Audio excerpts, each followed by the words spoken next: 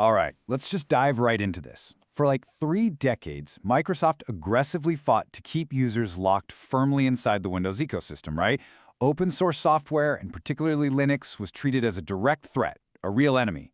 Yet, in a bizarre and honestly almost unbelievable twist, Microsoft recently handed over a massive chunk of its own proprietary code to the exact people building the escape hatch out of Windows. Picture this. It's August 2024. There's no flashy press conference, no big keynote speech.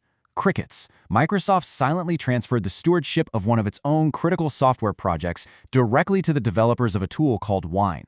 Now, if you aren't familiar, Wine is an open-source project whose entire purpose in life is to let you run Windows applications on Linux without actually needing Windows at all.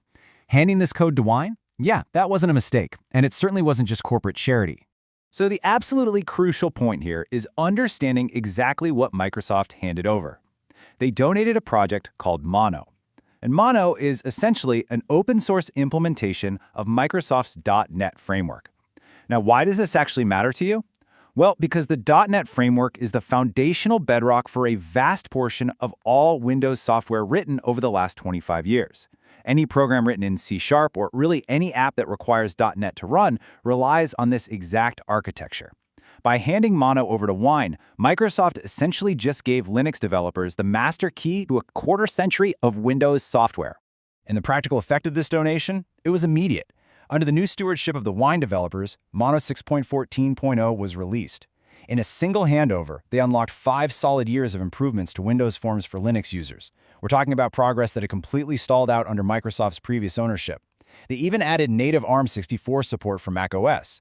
Overnight, the very tool people used to ditch Windows just got drastically stronger, completely fueled by Microsoft's own code. Section 1. What exactly is Wine? To really grasp the magnitude of this shift, we kind of need to understand the tool itself. When folks think about running one OS inside another, they usually think of a virtual machine. A virtual machine literally simulates an entirely different physical computer. It pretends to be an Intel processor, it pretends to be Windows, and as you can guess, that requires massive processing power and a really heavy CPU overhead. But Wine does something completely different. Think of Wine as a real-time language translator. When your Windows app asks to open a window, Wine intercepts that call and instantly translates it into a language the Linux graphics system actually understands. Which perfectly brings us to the actual name of the project. It's a bit of a nerdy inside joke, but it's also a highly precise technical statement. Wine literally stands for Wine is not an emulator. Because it isn't simulating heavy hardware, there's no massive emulation overhead eating through your memory or CPU. The translation happens invisibly, right there in real time. In most cases, your favorite Windows application has absolutely zero idea that it isn't running on Windows. Section 2. The Gaming Catalyst. For years, Wine was just this quiet, volunteer-driven project. That is, until Valve, the company behind Steam, came along and poured pure gasoline on the fire. Consider this staggering statistic. As of January 2024, approximately 90% of all Steam games are playable on Linux. 90%! No way, right?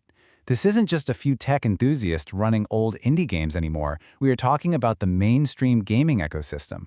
When Valve decided to build the Steam Deck, which is basically a handheld gaming PC running Linux, they aggressively funded Wine's development. They created a custom version called Proton, and they basically forced the entire gaming world to reckon with Linux compatibility.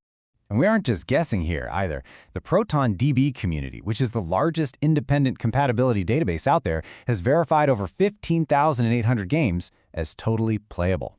Meanwhile, Valve's own official deck-ready program lists over 21,600 titles that run flawlessly. Valve invested really heavily into this. They assigned full-time engineers to the open-source project and accelerated Wine's development in a way a volunteer community simply never could have pulled off on its own. Section 3. The Productivity Problem. Now, you might be thinking, well, I run a business, I need my accounting software, I don't care about video games. Fair enough. Consider the real-world dilemma of a retired engineer. Let's say he bought a perpetual license for AutoCAD back in 2007. He knows every single keyboard shortcut, he relies on it daily. He has absolutely zero interest in upgrading to Autodesk's modern cloud subscription, which would charge him over $2,000 a year for software he already paid for. On top of that, he wants to move to Linux because he's sick and tired of Windows 11 pushing ads into his start menu. This is the exact tension Wine was built to resolve. It's built for people who have invested decades into specific, literally irreplaceable tools. The evolution of Wine is just incredible to watch. It started out as a tiny volunteer project way back in 1993. Valve supercharged it in 2018 with Proton, but check out these recent milestones. By early 2025, a feature called NT Sync was directly integrated into the Linux kernel itself. I mean, really let that sink in for a second. The actual literal Linux kernel was modified just to run Windows software better. And looking ahead, by the release of Wine 11 in early 2026, the technology will have matured enough to fully support something called WoW 64. So what does Wine 11 actually mean for your day-to-day work? Well, the reality is incredibly encouraging. Microsoft Office 2024 mostly works, with Word and Excel being highly stable. Visual Studio Code runs flawlessly. But here's the absolute most magical part for businesses. Wine 11 transparently runs 16-bit, 32-bit, and 64-bit Windows applications. That means legacy software from the Windows 95 era or niche accounting tools from the early 2000s that were totally abandoned by their developers, yeah, they can all run cleanly on a modern Linux desktop today. Section 4. Realities and Limitations. Okay, let's do a quick reality check here because we need to be completely objective. This isn't literal magic. It's absolutely crucial to recognize the gaps. Wine does not run everything. If you rely on software tied to kernel-level components, like certain really invasive anti-cheat engines in competitive games, it's probably not going to work. Software with highly aggressive digital rights management, or DRM, also very problematic. And naturally, applications distributed exclusively through the modern Microsoft Store are simply not supported. If your daily workflow relies heavily on these three areas, honestly, Linux might not be quite ready for you yet. Additionally, the setup experience isn't always just a simple double-click. While the free version of Wine is incredibly powerful, it definitely requires some patience. Often, users have to manually install specific software components or configure what are called Wine prefixes. These are essentially separate, isolated virtual Windows environments for different applications, just to prevent them from interfering with each other. It takes a bit of technical reading and, frankly, a willingness to tinker around.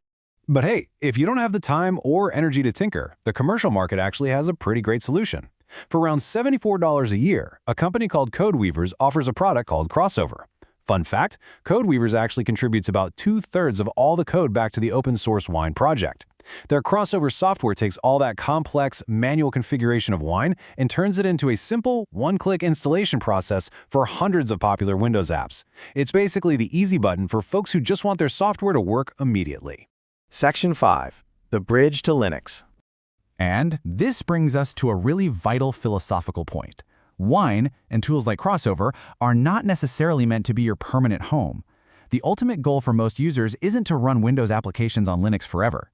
Wine is a bridge. It drastically lowers the cost of leaving Windows on day one. It means you don't have to sacrifice your irreplaceable legacy tools the very moment you switch operating systems. It buys you runway. It gives you the time you need to explore native Linux alternatives, rebuild your workflows, and eventually, maybe, cross that bridge entirely. The tools are absolutely there. The runway is built.